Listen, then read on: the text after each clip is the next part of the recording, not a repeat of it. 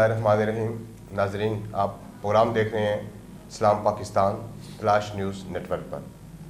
آج ہمارے پاس موضوع جس پر ہم نے گفتگو کرنی ہے، ایک لمبی چوڑی فہرست ہے ہمارے پاس، لیکن ظاہر ہے کہ ہمارے پاس اتنا وقت نہیں ہوتا کہ ہم تمام موضوعات کو اپنے پروگرام میں شامل کر سکیں. آج جو موضوع پر جس پر ہم نے بات کرنی ہے اس میں آپ کا ہے کرکٹ میچ ہے، اور آرمی چیف کی تقرری ہے، اور مولانا فضل الرحمان صاحب نے جو پشاور میں خطاب کیا ہے وہ اس کے بارے میں. اور اسی سلسلے میں اس پر گفتگو کرنے کے لیے ہم نے اپنے اسٹوڈیو میں آج مدعو کیا ہے ممتاز صحافی ہیں تاج محمد جان صاحب. ان سے ہم اپنی گفتگو کا آغاز کریں گے. السلام علیکم تاج صاحب. جی وعلیکم السلام جناب. سر کیسے ہیں آپ؟ ٹھیک ہیں الحمدللہ جناب. اچھا سر، سب سے پہلے تو مجھے یہ بتائیں، پاکستان اور انگلینڈ کے مابین جو کرکٹ میچ کل سے شروع ہو رہا ہے راولپنڈی میں، اور آج بھی اور کل بھی جو سابقہ 2 دن تھے یہ پریکٹس ہوتی رہی ہے، اور اس پریکٹس کے دوران آپ کا جو ڈبل روڈ سے لے کر جہاں سے ٹیم جس ہوٹل سے یہ نکلتی ہے وہاں تک یہ دونوں طرف سے بند کر دیا جاتا ہے، اور اس دوران عوام کو بے پناہ مشکلات کا جو ہے سامنا وہ دیکھنے میں آیا ہے. بلکہ میں خود بھی آج اس روٹ کا جو ہے وہ عذاب جھیل کے آیا ہوں. آپ اس بارے میں کیا کہیں گے کہ کرکٹ میچز کے دوران یہ جو روٹ لگا کر ہم راستے بند کر دیتے ہیں، اس پر آپ اپنا اظہار خیال فرمائیں. جی چو صاحب، بہت شکریہ. یہ انگلینڈ کی ٹیم جو پاکستان آئی ہے، کل یعنی 1 دسمبر سے راولپنڈی میں پہلا ٹیسٹ میچ شروع ہو رہا ہے. اس کے بعد 9 دسمبر کو ملتان میں ہے، اور 9 دسمبر کا یہ جو ٹیسٹ میچ ہے اس کے بعد کراچی میں ہے، وہ 17 دسمبر کو ہے. تو آپ نے بجا فرمایا کہ یہ ٹیسٹ میچ سے پہلے گزشتہ 2 دن سے جو ہے نا راولپنڈی کرکٹ اسٹیڈیم میں نیٹ پریکٹس کر رہی ہیں دونوں ٹیمیں. اور اس دوران ہم نے دیکھا ہے کہ انتظامیہ جو ہے انہوں نے کرکٹ اسٹیڈیم چونکہ ایک ایسی جگہ پر واقع ہے کہ اس کو یوں کہہ لیں کہ جڑواں شہر جو ہیں راولپنڈی شہر کے وسط میں واقع ہے. جی شہر کے وسط میں واقع ہے. اس کے ارد گرد فوڈ سٹریٹس اور رہائشی علاقے ہیں، ایک طرف پارک بھی ہے، ادھر آ جائیں تو اسلام آباد ہے، اور یہ بڑا کنجسٹڈ ایریا ہے. تو اس سے لوگوں کو بہت شدید مشکلات کا سامنا آنے جانے میں، خاص طور پہ طلباء جو صبح اسکول جاتے ہیں وہ ٹائم پہ اسکول نہیں پہنچ پا رہے یہ پچھلے 2 دن سے، اور ظاہر ہے آگے 5 دن یہ میچ رہے گا. تو اس دوران بھی ان کی پریکٹس یہی رہے گی کہ ٹیم جب اپنے ہوٹل سے چلے گی اس وقت سے لے کے جب تک وہ اسٹیڈیم کے اندر داخل نہیں ہو جاتی تو یہ ظاہر ہے روٹ لگے گا، اور اس میں گلیاں اور جتنے بھی راستے ہیں وہ سارے بالکل بلاک. اب چھوٹے چھوٹے راستے جو ہیں، پیدل چلنے والے لوگ، کوئی دودھ لینے کے لیے جا رہے ہیں، کسی نے انڈے لینے ہیں، ناشتے کے لیے کوئی چیزیں لینی ہیں، تو وہ سارے لوگ جو ہے نا وہ گھنٹوں پیچھے انتظار کرتے ہیں. تو یہ ایک تھوڑا سا انتظامیہ جو ہے یا متعلقہ ارباب اختیار ہیں ان کو اس پہ تھوڑا سا غور کرنا چاہیے. اور ایک اور جو چیز سب سے بڑی ہے وہ راولپنڈی مری روڈ جو ہے، وہاں سے گزر کے ساری ٹریفک جو ہے نا گاڑیاں وہ شہر کے مختلف حصوں کو جاتی ہیں. تو اس میں بہت سے لوگ ایسے ہیں مری سے، اور مری کے ساتھ آزاد کشمیر ہو گئے یا دوسرے ایڈجسنٹ ایریاز ہیں، وہاں سے گاڑیاں آتی ہیں. اس میں ایمبولینس بھی ہوتی ہیں، اس میں بیمار لوگ ہوتے ہیں، مریض ہوتے ہیں، بزرگ ہوتے ہیں، کوئی حادثاتی جو کوئی واقعات ہوتے ہیں وہاں ان سب کو فوری طور پہ ہسپتال پہنچانا ہوتا ہے. تو یہ جو ٹریفک کی بندش ہے اس کی وجہ سے وہ ایمبولینسز جو ہیں وہ بھی پیچھے جہاں پہ انہوں نے ناکے لگائے ہوتے ہیں یا رکاوٹیں کھڑی کی ہوتی ہیں وہاں پہ گھنٹوں ان کا انتظار کرنا پڑتا ہے. ہم نے پچھلے کچھ چند ماہ سال پہلے جو ہے نا اس کا ایک وہ تجزیہ کیا تھا، اور اس میں ایک رپورٹ میں ہم نے بتایا بھی تھا کہ مری روڈ پہ اکثر اوقات جو ہے نا ایمبولینس کے اندر مریض جو ہے جس کو فوری طور پہ طبی امداد کی ضرورت ہوتی ہے وہ بر وقت ہاسپٹل نہیں پہنچ سکتا، جس کی وجہ سے اس کی ڈیتھ ہو جاتی ہے. تو یہ تھوڑا سا انتظامیہ اور ارباب اختیار جو ہیں متعلقہ ان کو اس پہ غور کرنا چاہیے کہ کوئی ایسا انتظام کریں. مثال کے طور پہ یہ ہیلی کاپٹر پہ بھی جو ہے نا ٹیم آ سکتی ہے، بجائے اس روٹ کے ہوٹل سے وہاں سے ہیلی کاپٹر میں ان کو بٹھائیں. اسٹیڈیم اتنا بڑا ہے وہاں پہ آپ ان کو ہیلی کاپٹر میں اتار دیں، یا اگر یہ ممکن نہیں ہے تو یہ چھوٹے چھوٹے راستے جو ہیں، گلیاں، سڑکیں، محلے جو ہیں، ان کو کم از کم بند نہ کیا جائے. طاہر صاحب، تفصیل کے ساتھ ہم نے اس پر روشنی ڈالی ہے. میری چونکہ انتظامیہ سے جب اس سلسلے میں بات ہوئی کہ یہ روٹ کی وجہ سے عوام الناس کو جو ہے وہ بڑی پریشانی کا سامنا کرنا پڑتا ہے، تو انہوں نے آگے کہا کہ یہ صرف 10 منٹ کا روٹ ہوتا ہے. میں نے انہیں کہا کہ جناب یہ 10 منٹ کا روٹ نہیں ہوتا, روٹ لگنے سے آدھا گھنٹہ پہلے پولیس والے جو ہیں وہ لوگوں کی دکانیں بند کرانی شروع کر دیتے ہیں. ہوٹلوں پر بیٹھے ہوئے لوگ جو صبح ناشتہ کر رہے تھے ان کو ناشتہ نہیں کرنے دیا جاتا, ہوٹل کو بند کرا کے ان کے شٹر نیچے گرا دیے جاتے ہیں. بچے خواتین کو جہاں پہ ہوتا ہے وہیں پہ ان کو روک دیا جاتا ہے. یعنی کہ گاڑیاں عام آدمی کا جو پیدل چلنے والا ہے اس کی بھی آمد و رفت معطل کر دی جاتی ہے.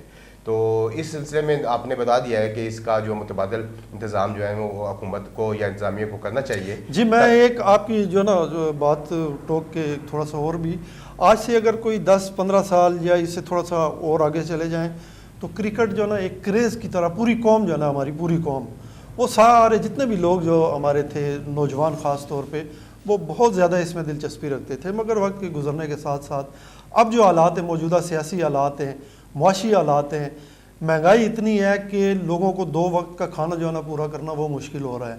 تو وہ لوگوں کی توجہ جو ہے نا اس سے اب ہٹ چکی ہے, اتنی زیادہ دلچسپی نہیں ہے لوگوں کی. لیکن یہ ہے کہ پھر بھی یہ ایک گیم ہے, انٹرنیشنل گیم ہے, تو اس میں ہمیں ہے, لیکن لوگوں کو تنگ کرنے والا جو معاملہ ہے اس پہ تھوڑی سی نظر ثانی ہونی چاہیے. بالکل ٹھیک کہا جی آپ نے کہ لوگوں کو جو ہے وہ اب تنگ نہ کریں, میچ ضرور کروائیں. یہ عوام کی تفریح کے لیے بھی بڑی ضروری چیزیں ہیں, لیکن عوام کو اس میں جو ریلیف فرمائیں. اچھا طاہر صاحب, دوسرا جو ہمارا آج کا موضوع ہے وہ آپ کو جیسے کہ پتہ ہے کہ کل GHQ میں ایک بڑی پروقار تقریب ہوئی ہے جس میں کمان کی تبدیلی ہوئی ہے, اور ایک ہمارے جو چیف آرمی اسٹاف ہیں جنرل باجوہ وہ اقتدار سے جو ہیں وہ برخاست ہوئے ہیں, اور جو نئے ہمارے آرمی چیف ہیں عاصم منیر صاحب جن کا تعلق راولپنڈی سے ہے, وہ جو ہے اس وقت جو ہے چیف آرمی اسٹاف کی کمان انہوں نے سنبھال لی ہے. اس سے متعلق آپ سے میں یہ پوچھنا چاہوں گا کہ کیا آپ کیا سمجھتے ہیں کہ آنے والے آرمی چیف جو ہے وہ جو ہمیں اور ہمارے ملک کو جو درپیش چیلنجز ہیں ان سے وہ آسانی کے ساتھ نبرد آزما ہو سکیں گے؟ جی چوہے صاحب, بڑا اچھا ریلیونٹ جو ہے نا آپ نے یہ وہ کیا ہے سوال.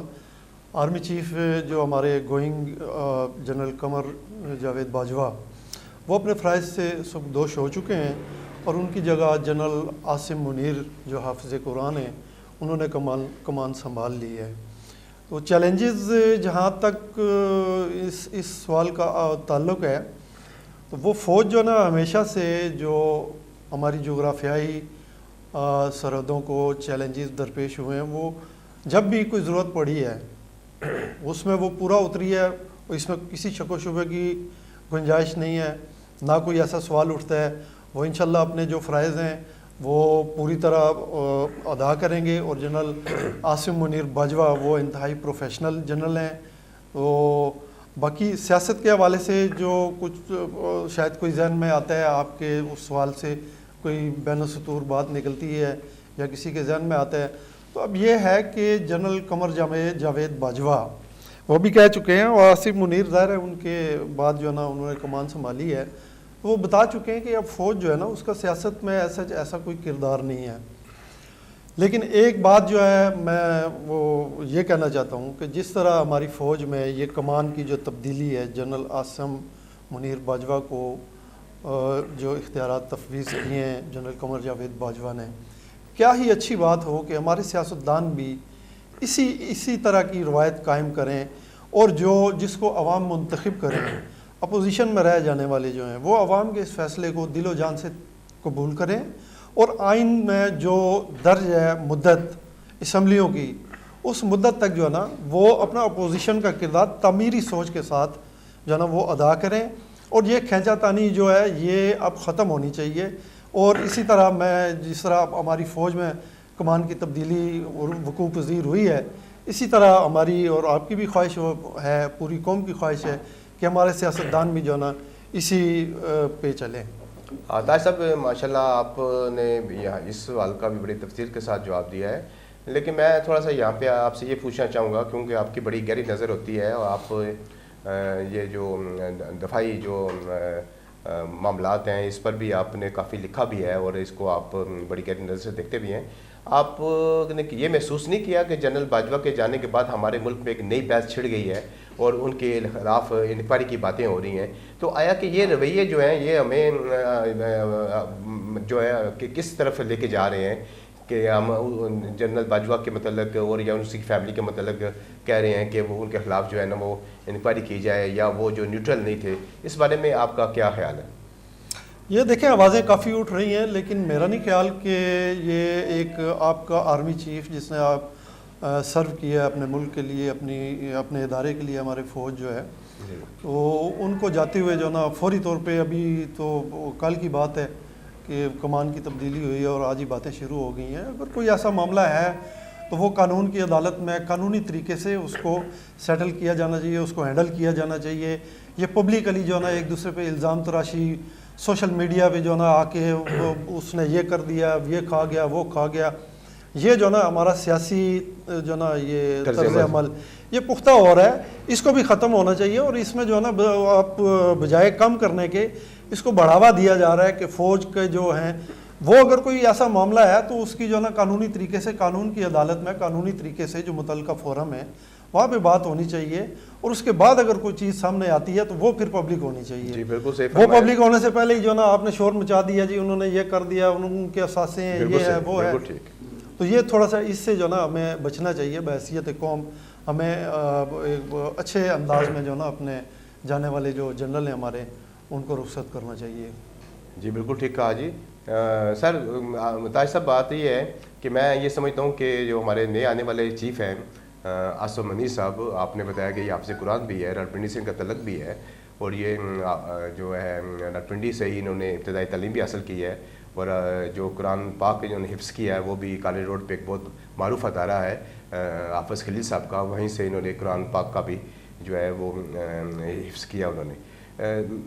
بحث جو ہے ہمارے ملک میں کبھی بھی ختم نہیں ہوتی، بحثیں چلتی رہتی ہیں، لیکن ہمیں جو ہے نئے آنے والے چیف سے جو ہے نیک خواہشات رکھنی چاہیے، اور ہمیں امید رکھنی چاہیے کہ جو نئے چیف آئے ہیں وہ انشاءاللہ ملک کو نہ صرف بہتری کی طرف لے کے جائیں گے بلکہ سیاست میں سے فوج کا کردار بھی جو ہے وہ انشاءاللہ آپ کو نیکسٹ جو ہے وہ نظر نہیں آئے گا.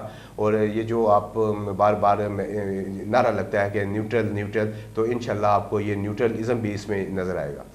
اچھا طاہر صاحب، گزشتہ دنوں مولانا فضل الرحمان صاحب نے پشاور میں خطاب کیا ہے جس پر انہوں نے خواتین کے اوپر میں سمجھتا ہوں کہ بڑی نازیبا زبان استعمال کی ہے، اور انہوں نے کہا ہے کہ خواتین جو ہیں وہ، میں لفاظ دہرانا نہیں چاہتا ہم تو، میں اس کی سنے ہیں میں نے الفاظ کہ ہم بھرپور مذمت کرتے ہیں.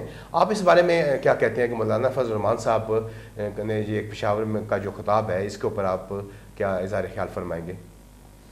جی جو صاحب، مولانا فضل الرحمان جو بڑی محترم ہیں، لیکن جو زبان کل یا پرسوں 2 دن پہلے انہوں نے اپنے جلسے میں استعمال کی ہے خواتین کے حوالے سے، اب یقین جانے وہ الفاظ جو نا ایک شریف آدمی وہ کسی اپنے دوستوں کی نجی محفل جو ہے اس میں بھی وہ اگر وہ الفاظ اس کو ادا کرنے پڑیں تو میرا خیال ہے وہ شرما جائے گا. تو یہ ایک عالم دین ہے، قابل احترام ہے، ان کی اچھی فالوئنگ ہے، لیکن جو خواتین کے حوالے سے انہوں نے جو کہا ہے بالکل انتہائی نامناسب اور ایک قسم کی توہین ہے یہ خواتین کی، جس پر پورے ملک میں رد عمل ظاہر کیا گیا ہے. اس پہ جو نا پاکستان تحریک انصاف کی سابق MP منسٹر بھی رہی ہیں پنجاب کی یاسمین راشد، انہوں نے بھی بڑا سخت رد عمل دیا ہے اور مذمت کی ہے. جی مذمت کی ہے. تو ہم یہاں بیٹھ کے اپنے جو ایک ذریعہ ہے ہم درخواست کر سکتے ہیں مولانا فضل الرحمان اور ان کے فالوورز جو ہیں کہ وہ بات کریں تہذیب کے دائرے میں اور انتہائی اعلیٰ الفاظ استعمال کریں، اور یہ اس طرح کی جو گفتگو انہوں نے فرمائی ہے وہ سوشل میڈیا پہ وائرل ہے، لوگوں نے دیکھی سنی ہوگی، میں نے بھی سنی ہے، آپ نے بھی سنی ہے. تو اس طرح کی گفتگو سے ہمیں بہرحال پرہیز کرنا چاہیے. اور سیاسی جماعتیں جو ہوتی ہیں اور ان کے لیڈر، یہ مولانا فضل الرحمان جو ہے جمعیت علماء اسلام کے لیڈر ہیں، تو سیاسی جماعتوں کے فرائض میں ایک فرض یہ بھی ہوتا ہے کہ وہ رائے عامہ جو ہے نا ہموار کرتی ہیں اور بناتی ہیں، رائے عامہ بناتی ہیں.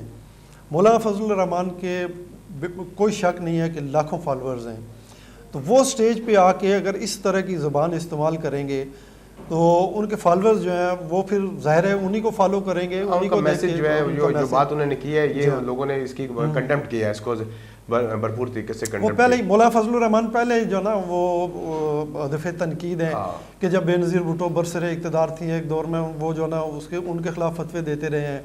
پھر نواز شریف, زرداری, ان کے خلاف سارا کچھ میڈیا پہ موجود ہے.